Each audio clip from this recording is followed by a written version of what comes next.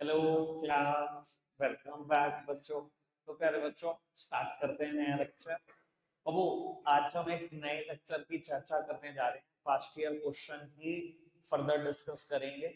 कल हमने बेटा लास्ट पास्ट ईयर क्वेश्चन यही पढ़ा था। The opening up of Indian economy has led to a rapid increase in FDI and foreign exchange reserve of our country. Defend और refute the given statement. हमने statement को defend किया था, बस हमारे पास एग्जैक्टली स्टैट्स नहीं है ये, ठीक है जी। और ना मैंने आपको अभी भी कहा है कि रट लो इसको, स्टैट्स को छोड़कर बाकी बातें लिख सकते हो, ठीक है जी। आगे बढ़ रहे हैं जी, आज और बहुत सारे क्वेश्चन नए सीखने को मिल जाएंगे आपको। बेटा मैंने इस क्वेश्चन के सामने भी गुड लिखा हुआ है, क्वेश्चन काम का है। Discuss briefly the meaning of economic reform. Economic reform के मायने क्या है? Explain the main economic reforms. ठीक है जी। एलपीजी मत लिखाना जब मेन इकोनॉमिक रिफॉर्म पूछा है। एक मिनट रुक जाओ, मैं बताऊंगा क्या लिखना है। पहले आप इकोनॉमिक रिफॉर्म का मतलब समझो। शुरू की दो लाइनें पढ़ना।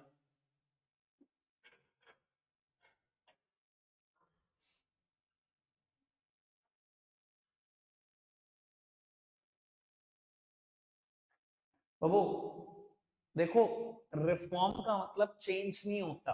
रिफॉर्म का मतलब होता है बहुत बड़ा चेंज, रेवोल्यूशनरी चेंज, ठीक है जी। और वो रेवोल्यूशनरी चेंज आप क्यों कर रहे थे इंडियन इकोनॉमी में 1991 में? ताकि आप उसको बहुत सारी चीजों को डीरेगुलेट कर पाओ। हमने मतलब गवर्नमेंट ऑफ इंडिया ने इतनी चीजों को रेगुलेट किया हुआ था ना, बिजनेस को इतना जकड़ के रखा हुआ था कि उसको भैया फैलने का मौका ही नहीं मिल रहा था। बिजनेस स्प्रेड नहीं हो पा रहा था, बिजनेस ग्रो नहीं कर पा रहा था। तो हम डीरेगुलेट कर रहे थे बेटा उन सारी चीजों को। ये थे इकोनॉमिक रिफॉर्म्स। अब भैया आपसे पूछा मेन इकोनॉमिक रिफॉर्म क्या है, ये पढ़ो। These reform can be categorized as structural और stabilization reforms। याद है ना? लॉन्ग टर्म कौन से हैं? स्ट्रक्चरल लॉन्ग लॉन्ग टर्म है, ये शॉर्ट टर्म है, ठीक है जी। साथ ही साथ इसको माइक्रो फैक्टर भी बोलते हैं, इसको मैक्रो फैक्टर भी बोलते हैं। डन। आगे बढ़ चलते हैं। Main objective of liberalization policy, मैंने तो लिखा है सेल्फ, खुद करेंगे जी। क्या है आपके हिसाब से लिबरलाइजेशन का ऑब्जेक्टिव? इतना कुछ लिबरलाइजेशन में पढ़ा, उसके हिसाब से ही लिख दो बेटा। अननेसेसरी रेस्ट्रिक्शंस बिजनेस के ऊपर से हटाना ऑब्जेक्टिव था। बिजनेस को फ्रीडम देना ताकि वो बहुत अच्छे से ग्रो कर सके, सरवाइव कर सके, ये था ऑब्जेक्टिव, ठीक है जी। और बताओ, और बताओ, क्योंकि आपने तो प्राइवेटाइजेशन वाला भी मुद्दा लिबरलाइजेशन में पढ़ा है। आपको याद है ना, इंडस्ट्रियल सेक्टर रिफॉर्म में दूसरी हेडिंग क्या है? Contraction of public sector.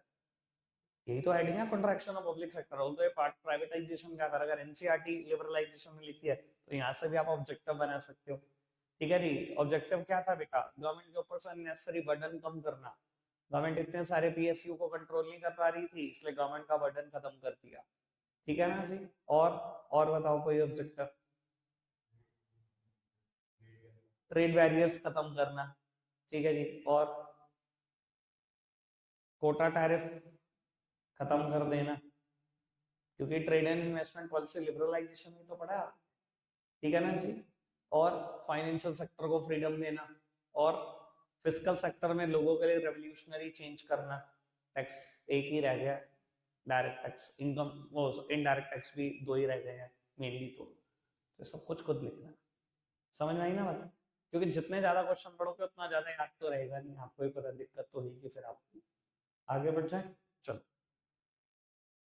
Why was trade and investment liberalized in 1991? और मैंने लिख दिया सिंपल, खुद से हो सकता है। ट्रेड और इन्वेस्टमेंट पॉलिसी थी भैया, फिफ्थ स्टेप, ठीक है जी। तो लिबरलाइज क्यों करी 1991 में बेटा? ट्रेड एंड इन्वेस्टमेंट पॉलिसी में आता क्या, पहले तो ये सोचो। चार चीजें थी। कोटा खत्म, टैरिफ रिड्यूस, एक्सपोर्ट ड्यूटी खत्म, और इंपोर्ट लाइसेंसिंग खत्म। ये थी चीजें बताई। अच्छा, ये अगर रहता तो क्या होता? कभी इंडिया में फॉरेन इन्वेस्टमेंट आती? कभी आती? आप लगाते हो अननेसेसरी टैरिफ्स, लगाते हो अननेसेसरी कोटास, कोई भी नहीं इन्वेस्ट करता आपके देश में। फॉरेन इन्वेस्टमेंट नहीं आती। फॉरेन टेक्नोलॉजी आती? फॉरेन टेक्नोलॉजी आती? नहीं आती, ठीक है। वो घिसे पीटे प्रोडक्ट जो आप पहले इस्तेमाल कर रहे थे वही आज तक इस्तेमाल कर रहे होते, ठीक है ना जी। एक्सपोर्ट प्रमोट कर पाते अगर एक्सपोर्ट ड्यूटी हटाते ना?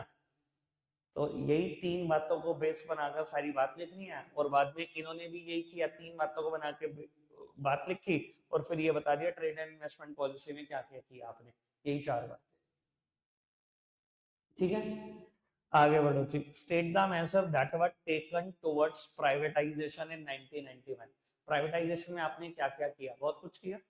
17 to 8, then to 3, 17 industry exclusively reserve थी, धीरे धीरे 8 करी, उनको कर दिया फिर 3 उठाकर। ठीक है जी, और क्या किया सरकार ने? जो जो एंटरप्राइज में 51% या उनसे ज्यादा शेयर होल्ड करती थी उनको बेचना शुरू करा। ठीक है जी, डिसइन्वेस्टमेंट करना शुरू किया। और क्या किया?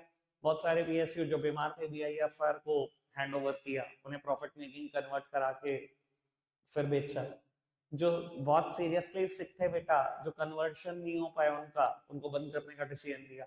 बंद करने का डिसीजन भी ऐसे नहीं ले लिया बेटा, नेशनल रिन्यूअल फंड सेटअप किया, उसमें बहुत सारे पैसे कंट्रीब्यूट कर, सारी पॉलिसी लिख दोगे। एक चीज पढ़ा रहा हूँ मैं जो इन्होंने बहुत अच्छी लिखी। ठीक है जी बेटा, आज भी अगर हम सुनते हैं, जैसे मैंने आपको बताया कि एक टाइम ऐसा आ गया था इंडिया में कि 246 इंडस्ट्री में गवर्नमेंट का शेयर 51% या उससे ज्यादा था।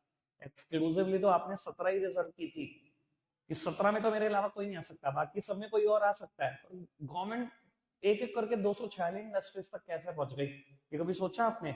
बेटा उसका एक बहुत बड़ा कारण है, थर्ड पॉइंट पढ़ना।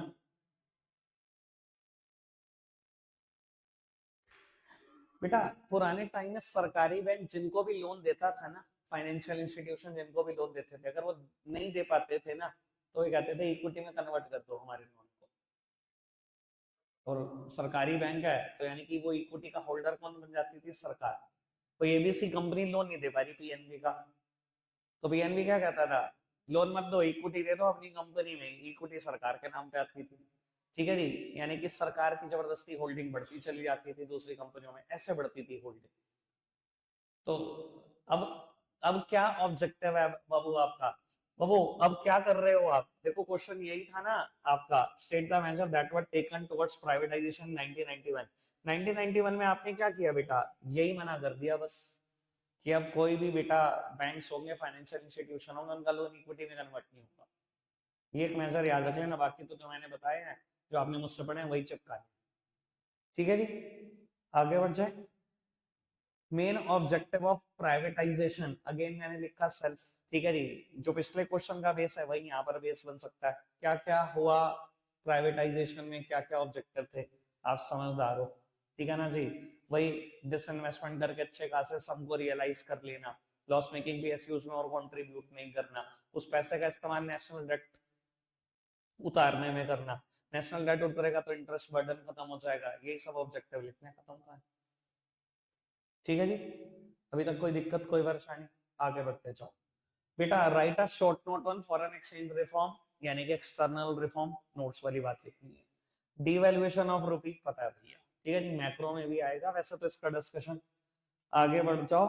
कहता है industrial sector has performed poorly in the reform period, by, मैंने लिखा गुड। ठीक है जी, याद है आपको कल एग्रीकल्चर पे बात आई थी, तब भी मैंने कहा था ये जो ग्रोथ थी वो लॉपसाइडेड थी। लॉपसाइडेड मतलब वन साइडेड थी, है ना। एग्रीकल्चर ने बहुत खराब परफॉर्म किया रिफॉर्म पीरियड में, इंडस्ट्री ने भी बहुत खराब परफॉर्म किया। कारण कारण बहुत सारे कारण है, एक आध तो आप बता दो, बाकी तो कर ही लेंगे डिस्कस।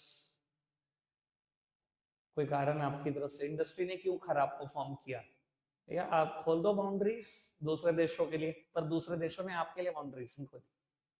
ये पढ़ रहे थे ना, डब्ल्यूटीओ में ये बात हमने पढ़ी है ना, कि आपने तो बाउंड्रीज खोल दी, आप डेवलपिंग कंट्री थे, आपके लिए तो जबरदस्ती थी बेटा दूसरों के लिए बाउंड्री खोली। लेकिन जब आप डेवलप्ड कंट्रीज में अप्रोच करते थे किसी प्रोडक्ट को लेकर, तो वहां आपको बेटा non tariff measures, non tariff barrier देखने को मिल जाते थे, तो आप दूसरे देशों में आसानी से अप्रोच नहीं कर पा रहे थे, ये दिक्कत बहुत बड़ी थी। दूसरी बात बेटा, इंडिया में ना एम्प्लॉयमेंट अपॉर्चुनिटी को बहुत नुकसान पहुंचा, बहुत एडवर्सली अफेक्ट हुई एम्प्लॉयमेंट अपॉर्चुनिटी इंडस्ट्री ना ग्रो करने की वजह से। ठीक है जी, वो क्यों बेटा? मान लो इंडिया में किसी चीज की डिमांड है 2000 यूनिट की, सुनना जरा आराम से, इंडिया में डिमांड है किसी चीज की 2000 यूनिट की, और पहले हमारी पॉलिसी थी इम्पोर्ट सब्स्टिट्यूशन, यानी कि वो 2000 यूनिट कहाँ से आती थी? इंडिया से ही आती थी, इंडिया के ही लोग बनाते थे। ठीक है जी। अब 2000 यूनिट बनाने के लिए जितने भी लोग एम्प्लॉय होते थे वो होते थे। अभी भी डिमांड है 2000 यूनिट की, लेकिन हम क्या कर चुके हैं, हम ग्लोबलाइजेशन तक कर चुके हैं। अब मान लो वो 1000 प्रोडक्ट बाहर से आ जाते हैं, 1000 प्रोडक्ट किसके बिक जाते हैं, जो बाहर से आए हैं। तो भैया इंडिया वाले प्रोडक्ट कितने बिक रहे हैं, एक ही 1000 बिक रहे हैं। अब 1000 प्रोडक्ट बनाने के लिए जितनी एम्प्लॉयमेंट चाहिए और जो 2000 बनाने के लिए चाहिए वो बराबर तो है नहीं, कुछ लोगों की नौकरियां भी खा गए हैं। इंडस्ट्रियल सेक्टर इसलिए भी एडवर्सली अफेक्ट हो रहा था, नौकरियां जाई जा रही थी लोगों की। समझ में आ रही है अभी तक बात, कोई दिक्कत कोई परेशानी तो नहीं। ठीक है। तीसरी बात बेटा, सरकार ने ना बहुत ज्यादा इन्वेस्टमेंट नहीं करी इंडस्ट्री को चलाने के लिए, जो सबसे मेन चीज है उसमें पावर सप्लाई। अभी तो पावर सप्लाई बहुत अच्छी होगी है, कितनी अच्छी लगता है ना, पावर सप्लाई अच्छी होगी है, 24-24, 23-22 घंटे लाइट आती है। इंडस्ट्री एरिया में 24-24 घंटे ही आ जाती है। हालात बताऊं आपको, मैंने होश संभाली हुई थी तब की बात बता, 6th में होते होंगे, मेरा पार्टनर है, नोट्स पे कई बार आप नाम भी पढ़ते हो। ठीक है जी। उनकी एक फैक्ट्री थी कैलाशपुर में, ठीक है, और प्लास्टिक दाना से प्लास्टिक पॉलिथीन बनाया करते थे। उस टाइम जो टेक्नोलॉजी थी ये थी कि 2-3 घंटे लगते थे मशीन को गर्म होने में। लाइट कॉन्टिन्यूस आ रही है, 2-3 घंटे मशीन गर्म होती थी, फिर प्लास्टिक दाना डालते थे, फिर वो पॉलिथीन बनाने शुरू करती थी दबा दब दबा दब। 2-3 घंटे तक काम नहीं होता लेकिन जब तक वो गर्म नहीं होती। अब हालात ये थे इंडस्ट्रियल एरिया के, 2-3 घंटे लाइट आई, मशीन गर्म हुई, इसके बाद लाइट भाग गई, मशीन ठंडी, फिर लाइट आ गई। उन्होंने 1.5-2 साल तक फैक्ट्री लॉसेस में रन करी, इसी वजह से कि कॉन्टिन्यूस पावर सप्लाई नहीं थी और उनको फैक्ट्री बेचनी पड़ी। ये मैंने अपने होश संभाले हुए देखी आदत। ठीक है जी। तो आप समझ सकते हो भैया क्या हालात कर रहे होंगे। 2003-4 की मैं बात कर रहा हूँ आपसे। 1991 में आपने काम कर दिया था एलपीजी वाला काम, लेकिन पावर सप्लाई में आपकी इन्वेस्टमेंट ही नहीं थी। जब सरकार पावर सप्लाई में इन्वेस्टमेंट करेगी नहीं तो कैसे इंडस्ट्री ग्रो करेगी। बताओ कोई इंडस्ट्री जो बिना पावर के चल सकती है, तो इंडस्ट्री तो होनी थी एडवर्सली अफेक्टेड। ग्लोबलाइजेशन की वजह से इंडस्ट्री एडवर्सली अफेक्टेड हुई, दूसरे देशों में एंट्री ना मिलने की वजह से एडवर्सली अफेक्टेड हुई, पावर सप्लाई ना मिलने की वजह से एडवर्सली अफेक्टेड हुई। एक आध पॉइंट कोई और होगा। ये फर्स्ट पॉइंट, चीप इंपोर्ट्स, भैया फॉरेन से प्रोडक्ट बहुत सस्ता आ रहा था, इंडिया का प्रोडक्ट महंगा था, तो इस वजह से भी इंडस्ट्री इंपैक्टेड हुई। पढ़ने जा रहे हैं चारों बातें एक बार ढंग से।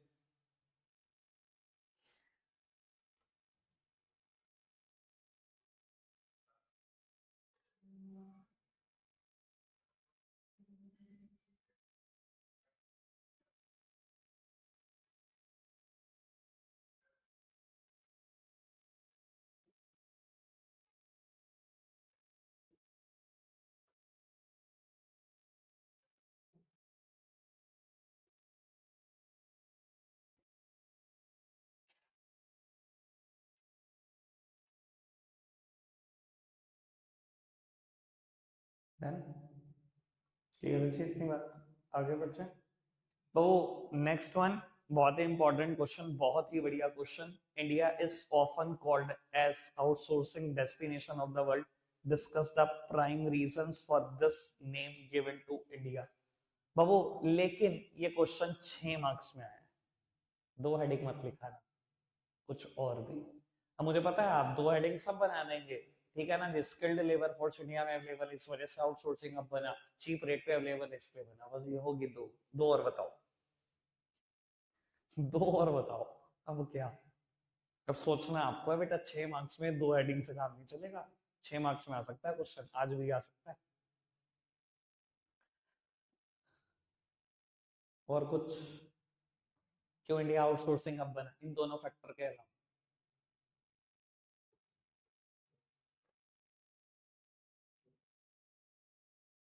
नहीं, कुछ भी नहीं बाबू। तीसरा कारण है इंडिया के आउटसोर्सिंग हब बनने का, रिड्यूस्ड ओवरहेड एक्सपेंसेस, या कह सकते हो रिड्यूस्ड फिक्स्ड कॉस्ट। बेटा अगर आप फॉरेन कंट्री में एक कंपनी हो, फॉरेन कंट्री की एक कंपनी हो, और आपको खुद स्टाफ हायर करके काम परफॉर्म कराना पड़े, तो आप समझ सकते हो बेटा कितने ओवरहेड एक्सपेंसेस आपके ऊपर आएंगे। यानी कि एक ऑफिस मेंटेन करना पड़ेगा, उस ऑफिस का रेंट देना पड़ेगा, या खुद से खरीदोगे तो उसकी, मान लो लोन पे लेते हो तो उसकी किस्त देनी पड़ेगी। आउटसोर्सिंग में क्या होता है, अगर ये मैंने फंक्शन ही आउटसोर्स कर दिया तो मुझे कोई बैकएंड का ऑफिस चाहिए क्या, मुझे कोई ऑफिस बनाना है, इंडिया से हो रहा है काम, मेरे को कोई ऑफिस नहीं खरीदना। कितनी बार लोग आज की तारीख में आउटसोर्स कर देते हैं सर्विस। मैं कहता हूँ कोविड के बाद बहुत सारी कंपनियों ने राहत की सांस ली। आज भी भैया वर्क फ्रॉम होम चल रहा है बहुत सारी कंपनीज में। कंपनी से पूछो कि भैया क्यों नहीं स्टार्ट कर रहे ऑफलाइन, कहते बढ़िया। हमने गुड़गांव में इतने बड़े बिजनेस टावर में भैया एक जगह ली हुई थी, इतना महंगा रेंट था, 10 15 20 लाख रुपए महीना रेंट था। आज की तारीख में वो खर्चा ही नहीं है। सारे वर्क फ्रॉम होम कर रहे हैं, हमें भी ज्यादा सुकून है, हमने भी वो ऑफिस खाली कर दिया। 1 रुपया रेंट नहीं चाहता, फिक्स कॉस्ट कम होने लगी। यही काम आउटसोर्सिंग में भी तो होता है। लोगों से घरों से काम परफॉर्म करा लेते हैं भैया। कोई ऑफिस नहीं मेंटेन करना, कोई कुछ नहीं। तीसरा कारण ये भी है भैया, आउटसोर्सिंग अब बनने का इंडिया का। ठीक है ना जी, क्योंकि कोई भी बेटा फॉरेन कंट्री में बैठी हुई कंपनी फिक्स कॉस्ट नहीं बियर करना चाहती थी। ठीक है ना। चौथी बात बेटा, ये एक बहुत अच्छा सोल्यूशन नहीं है लेबर टर्नओवर से बचने का। भाई पुराने टाइम में क्या होता था, पुराने टाइम में ये होता था कि एक एम्प्लॉय ने जॉब छोड़ी, 2 ने छोड़ी, 3 ने छोड़ी, अब देखा दिखाई सारे जॉब छोड़ने लग जाते थे। ठीक है जी, कि सैलरी बढ़ाओ सैलरी बढ़ाओ सैलरी बढ़ाओ, सब जॉब छोड़ देते थे। अब आपको इस चीज की टेंशन ही नहीं है। आपने ये काम आउटसोर्स कर रखा है, एक नहीं करेगा दूसरा कर लेगा। जॉब पे आपने किसी को रखा ही नहीं है, कोई फुल फ्लेज सैलरी देते ही नहीं हो किसी को। जितना काम करो उतने वैसे ले जाओ, लेबर टर्नओवर से भी बचे रहोगे। ठीक है ना जी, क्लियर है जी बात। एक मिनट चल रहा है पढ़ना, दोनों बातें, यही दोनों बातें पढ़ना, बाकी तो दोनों मुझे पता लिख ही दोगे।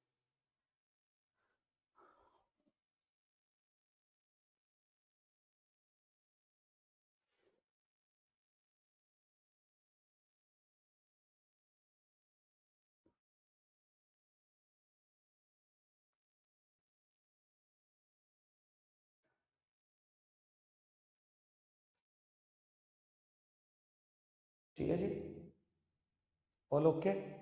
आगे बढ़ से चलो जी बेटा, आगे बढ़ते हैं। ये 2024-25 होना चाहिए, पता नहीं क्यों मेरा दिल कह रहा है ऐसा।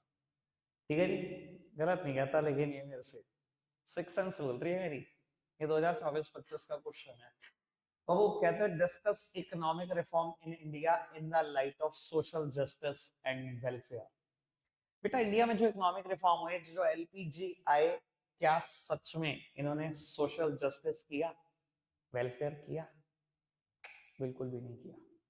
क्यों नहीं किया, बात ये है, साबित ये करना है। ठीक है जी बाबू, देखो बात बड़ी सिंपल सी ये है कि शॉर्टर पीरियड ऑफ टाइम में जो डिस इक्विलिब्रियम था बीओपी में, जो बीओपी क्राइसिस था, वो पूरा हो गया जी। हाँ, वो खत्म हो गया। शॉर्ट रन में जो फॉरेन एक्सचेंज रिजर्व खाली हो गए थे वो भी भर गए। इन्फ्लेशन जो हुआ था नेसेसिटीज में, वो भी खत्म हो गया। ठीक है जी, ये 3 काम तो हुए जो शॉर्ट रन में रिक्वायर्ड थे। इसके अलावा क्या हुआ ये समझने की कोशिश करो बेटा। ग्लोबलाइजेशन ने ना बहुत कंपटीशन बढ़ा दिया।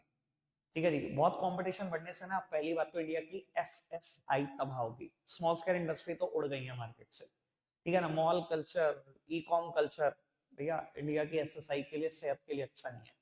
पर बेटा हुआ वही जो होना था, ये बच नहीं रही है एसएसआई, और दिन ब दिन छोटे दुकानदार खराब होते जा रहे हैं, खत्म होते जा रहे हैं बिजनेस।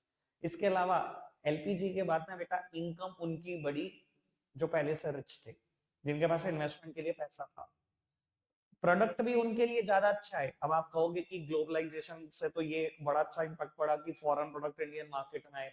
अदरवाइज हम खराब प्रोडक्ट इस्तेमाल कर रहे थे, जैसे कि मैं हमेशा बोलता हूँ कि आईफोन हम इस्तेमाल तो ग्लोबलाइजेशन की वजह से कर रहे हैं। अगर ना ग्लोबलाइजेशन होता तो इस्तेमाल करते। बात यह बेटा, खरीद कौन सकता है उनको? खरीद भी तो हायर इनकम ग्रुप ही सकता है। भैया इतने ब्रांडेड प्रोडक्ट इंडियन मार्केट में आए, भैया उन्हीं के लिए तो आए, तो जिनके पास मीन्स है उसको बाय करने के लिए, जिनके पास मीन्स नहीं है उनका क्या, वो तो तबाही हुए हैं। उनके लिए तो कुछ भी अच्छा नहीं हुआ, मानते हो? इसके अलावा एग्रीकल्चर बिल्कुल इग्नोर हुआ। कल पढ़ा था, इंडस्ट्री कोई बहुत ज्यादा अच्छा इम्पैक्ट नहीं पड़ा, वो भी इग्नोर हुई। ठीक है ना जी। तो सोशल वेलफेयर हुआ। सोशल वेलफेयर तो तब होता है जब सबको कुछ ना कुछ मिलता।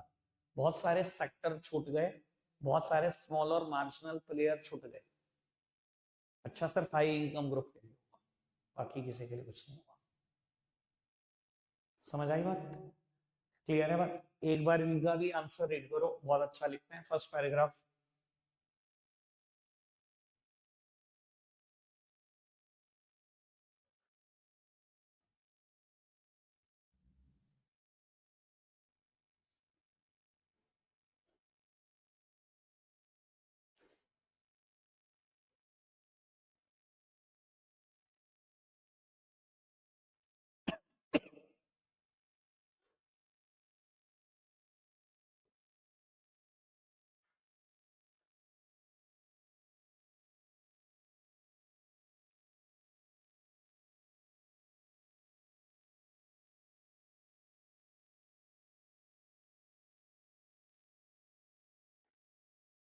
Done? एक बार कंप्लीट कर दो।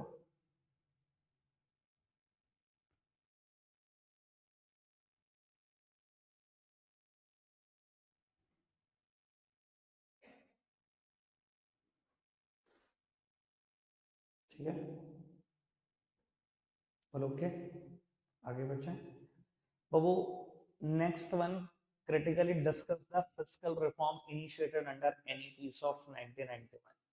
फिस्कल रिफॉर्म तो पड़ता ही है ना, सरकार के खर्चे और रेवेन्यू को फिस्कल बोलते हैं, ठीक है ना, जो मेनली टैक्स रिफॉर्म से रिलेटेड था। आगे बढ़ जाओ बेटा, ये पढ़ना। briefly discuss the measures that have taken for globalization of Indian economy। Globalization के लिए क्या हुआ, अब मैं आपको बता देता हूँ जो आपको लिखना है बाबू। ग्लोबलाइजेशन की पॉलिसी में ना मेनली टोटल 5 बातें लिखनी है। सबसे पहले तो यही लिखना है कि कोटा खत्म हुआ, टैरिफ रिड्यूस हुए, ठीक है जी। अब ये बात भी लिखनी है कि लिबरल फॉरेन ट्रेड पॉलिसी आई, as well as long term के लिए आई। पहले कभी भी इंडिया अपनी फॉरेन ट्रेड पॉलिसी बनाता था ना, very shorter period of time, 1 साल की बनाता था। अब इंडिया की फॉरेन ट्रेड पॉलिसी आती है 55 साल के लिए आती है, ठीक है जी। क्योंकि उस टाइम पे तो इंडिया का इंटरेस्ट नहीं था कि फॉरेन ट्रेड बढ़े।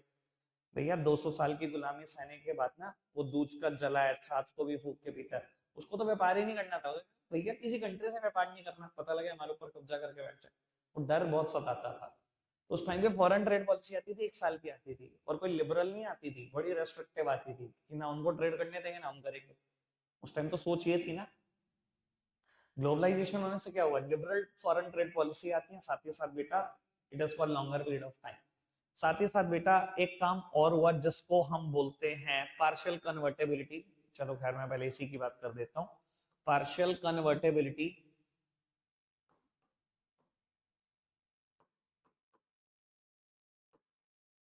बेटा पार्शियल कन्वर्टेबिलिटी क्या है? सर आपने ये तो पढ़ी लिया ना मुझसे कि हम एक्सपोर्ट प्रमोट कर देते हैं ग्लोबलाइजेशन में, इंपोर्ट को लिबरलाइज कर देते हैं, जो मर्जी जितना मर्जी इंपोर्ट करे, कोई रिस्ट्रिक्शन नहीं, है ना। लेकिन मैं आपको बता देता हूँ, शुरू में जब ग्लोबलाइजेशन हुआ तो इन्होंने क्या रिस्ट्रिक्शन लगाई थी, वो पढ़ने सुनने में नहीं पता लगती। हम कह देते हैं बिना रिस्ट्रिक्शन के इंपोर्ट एक्सपोर्ट करो। इंपोर्ट जो करो ना बेटा, अगर आपकी ट्रांजैक्शन करंट अकाउंट ट्रांजैक्शन है, वैसे मुझे नहीं पता कि आपको ध्यान है कि नहीं, बैलेंस ऑफ पेमेंट में बेटा याद है करंट अकाउंट ट्रांजैक्शन और कैपिटल अकाउंट ट्रांजैक्शन, दो तरीके की ट्रांजैक्शन होती है, ठीक है जी। थोड़ा बहुत नाम से तो याद आ ही रहा होगा, ठीक है जी, चाहे काम से याद ना आ रहा हो। बेटा current account transaction without any limit permitted है, लेकिन कैपिटल अकाउंट ट्रांजैक्शन के लिए गवर्नमेंट ऑफ इंडिया की अप्रूवल अभी भी चाहिए होती है, ठीक है ना। ये हुआ था ग्लोबलाइजेशन। कैपिटल अकाउंट ट्रांजैक्शन क्या है, investment to and from abroad, पता है कुछ टर्म पढ़ी हो कभी मुझसे, investment to and from abroad, borrowing to and from abroad, withdrawn in a foreign exchange reserve, या change in a foreign exchange reserve. अरे छोड़ दो, नहीं भी आते तो, यानी कि मैं बता देता हूँ, अगर आपने फॉरेन प्रॉपर्टी खरीदनी है, फॉरेन में इन्वेस्टमेंट करनी है, या फॉरेन से बोरोइंग करनी है, सर उस केस में सरकार की परमिशन अभी भी चाहिए, ठीक है ना जी। तो current account transaction unlimited permitted है, capital account transaction unlimited permitted नहीं है। इसके अलावा ग्लोबलाइजेशन की वजह से क्या हुआ, एफडीआई की लिमिट बढ़ा दी थी आपने, कल आपने पढ़ा था ना, एफडीआई की लिमिट कितनी कर दी थी ग्लोबलाइजेशन में, 51%, है ना।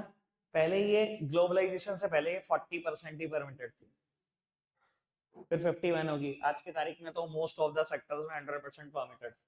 कोई भी फॉरेन कंपनियां डायरेक्टली प्रोडक्शन करे, मार्केटिंग करे, सब कुछ खुद करे, किसी इंडियन कंपनी के साथ पार्टनरशिप करने की जरूरत नहीं है आपको, ठीक है जी। ये 5 काम है, ये पांचों लिखे हैं, ये मैंने सबसे लास्ट में पढ़ाया, ये सेकंड लास्ट, ये मैंने भी थर्ड नंबर पे पढ़ाया, टैरिफ और कोटा वाली बात। आगे बढ़ जाओ, आईएमएफ पर शॉर्ट नोट है, इसके तुरंत बाद वर्ल्ड बैंक यानी कि आईबीआरडी पे शॉर्ट नोट है, पढ़ लो, मुझे उम्मीद नहीं है पेपर में इसके आने की, बिल्कुल भी उम्मीद नहीं है, लेकिन शुरू की 1-2 बातें अच्छे से पढ़ना।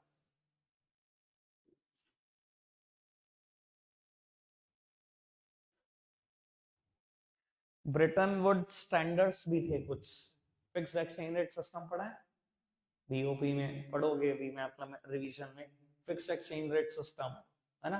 वो याद है ना बेटा, अपनी करेंसी को टाई कर दो सम एक्सटर्नल स्टैंडर्ड, गोल्ड और सिल्वर और any other precious metal. Britain would नहीं कहा था, तो ज्यादा ही पढ़ा लिखा इंसान था ये। ठीक है जी, इसने सजेशन दिया था आईएमएफ और वर्ल्ड बैंक के सेटअप का। पढ़ना चाहिए।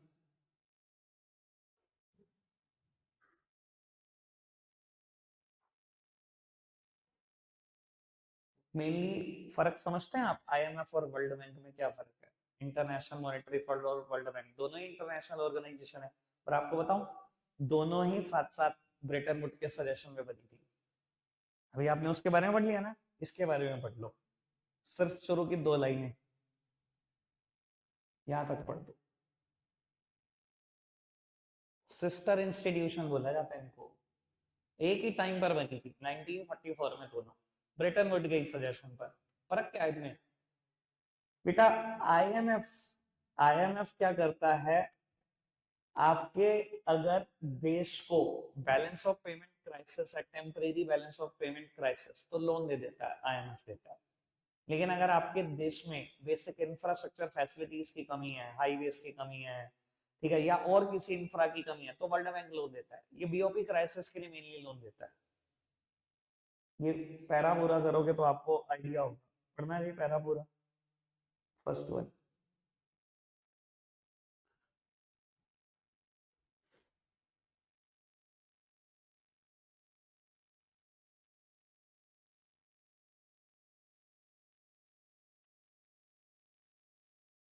ठीक है, और ये भी पढ़वा ही देता हूं मैं आपको। ये पैराग्राफ पढ़ना, ये वाला सेकंड।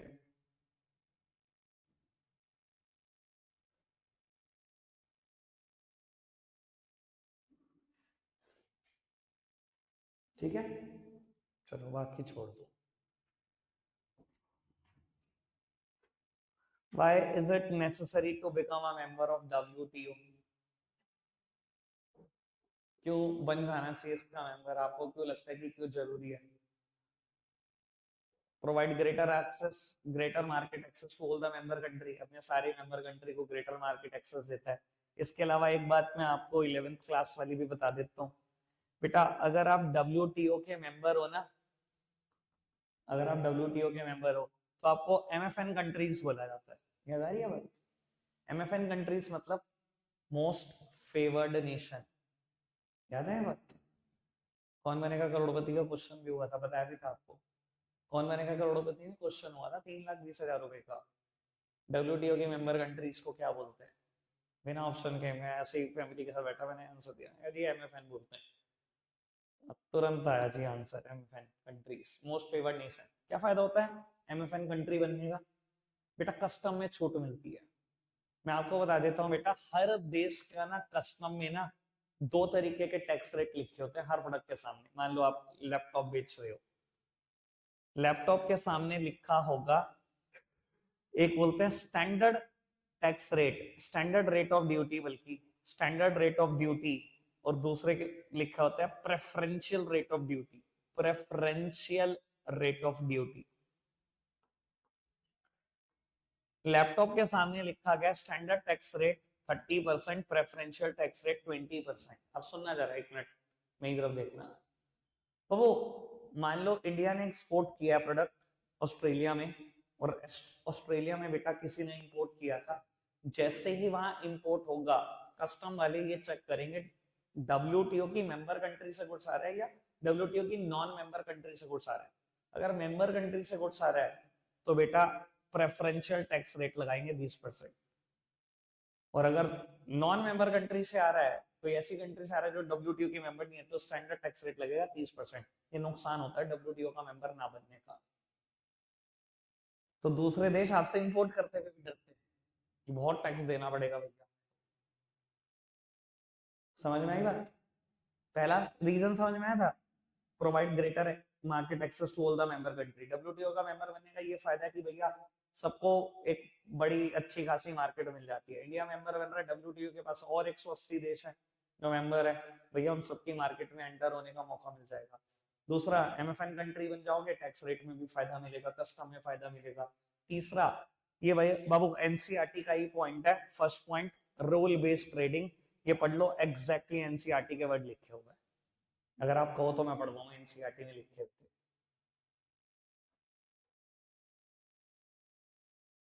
डब्ल्यूटीओ ने प्रमोट की थी रूल बेस्ड ट्रेडिंग, यानी कि कोई भी आर्बिट्रेरी रेस्ट्रिक्शन नहीं लगा सकता, यानी कि बॉयकॉट का टैरिफ नहीं लगा सकता। ठीक है ना जी, बढ़ जाए आगे, पक्का। बस लगभग अब खत्म करने की दिशा में है chapter. How is RBI controlling the commercial bank? RBI कैसे कमर्शियल बैंक को कंट्रोल करता है? मुझे तो लगता है बहुत गलत जगह पे क्वेश्चन पूछा गया, बाकी चलो क्या क्या कर सकते हैं।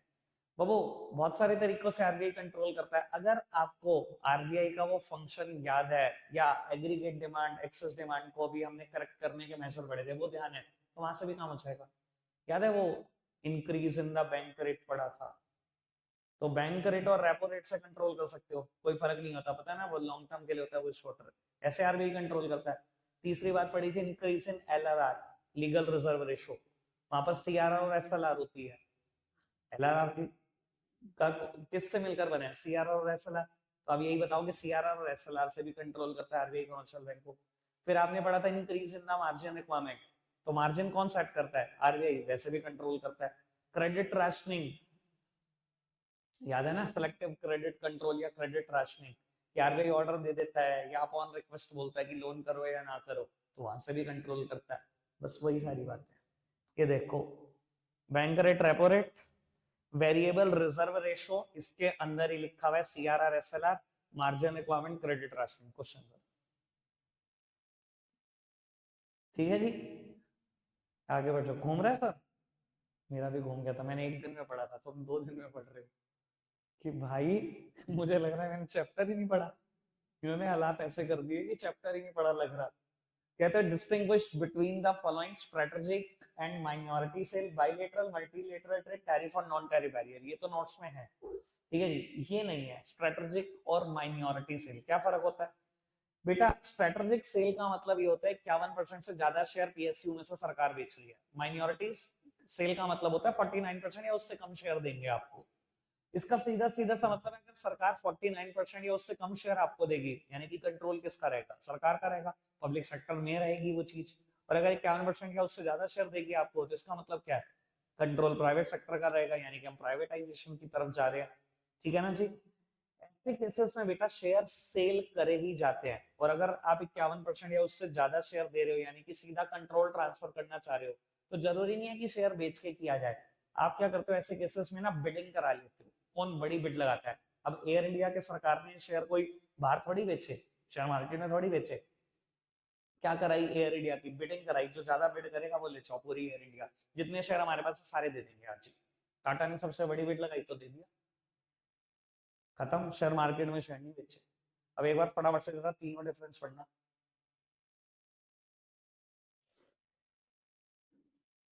जल्दी करना, बस खत्म कर रहे हैं चैप्टर।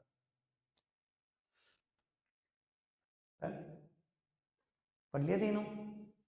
जो बातें बोली तीनों वही है, आगे बढ़ जाओ।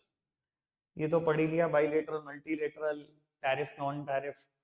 Major factor responsible for high growth of service sector. Service sector की ग्रोथ क्यों ज्यादा हुई, आपको क्या लगता है क्यों हुई? सर्विस सेक्टर की ग्रोथ हुई, ये तो मानते हो ना, एलपीजी में। कारण? कारण बेटा सरकार के ना टेक्निकल और स्ट्रक्चरल चेंजेस भी ऐसे थे कि सर्विस सेक्टर ही ग्रो कर पाता।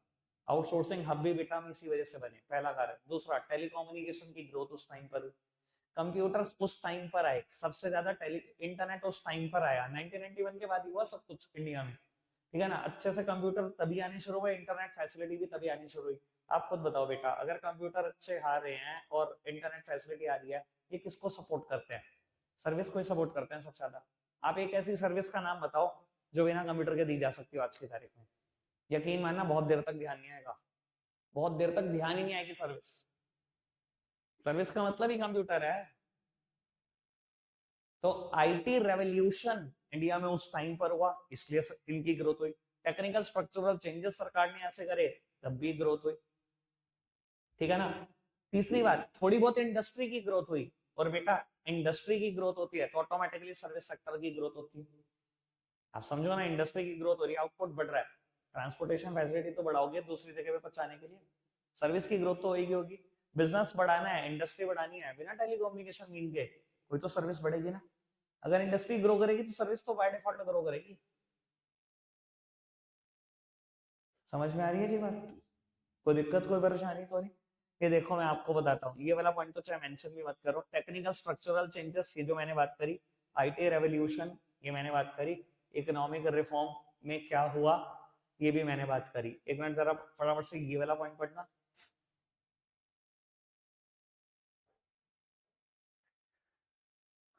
सेकेंडरी सेक्टर बढ़ा, मैन्युफैक्चरिंग की डिमांड बढ़ी, बिना सर्विस के नहीं बढ़ सकती। ठीक है, ये कल बता दिया था। Agriculture sector appear to be adversely affected by reform process by, चारों कारण कल बता दिए थे। इसके अलावा ये है, बस पढ़ लेना, मेरी तरफ से खत्म हो गया। बेनिफिट क्या है ग्लोबलाइजेशन के, वैसे तो बड़ी जनरल बात है। क्या फायदा हुआ ग्लोबलाइजेशन से? क्वालिटी प्रोडक्ट बढ़ गया। भैया हम क्वालिटी प्रोडक्ट इस्तेमाल कर रहे हैं ग्लोबलाइजेशन की वजह से, वही लावा वही जियो का फोन होता, एप्पल सैमसंग ग्लोबलाइजेशन की वजह से इस्तेमाल कर रहे हैं। ठीक है जी, फॉरेन एक्सचेंज रिजर्व बढ़े हमारे ग्लोबलाइजेशन की वजह से बढ़े। ठीक है ना जी? और आप बताओ क्या फायदा हुआ ग्लोबलाइजेशन का?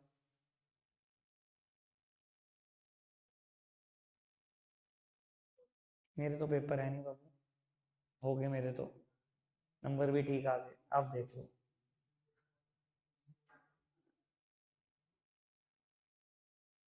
कोई फायदा नहीं हुआ। एग्जैक्टली बेटा, अगर अगर एक तरफ सोचो तो ग्लोबलाइजेशन ने एम्प्लॉयमेंट छीनी भी है, पर एक तरफ सोचो तो एम्प्लॉयमेंट बढ़ी भी है।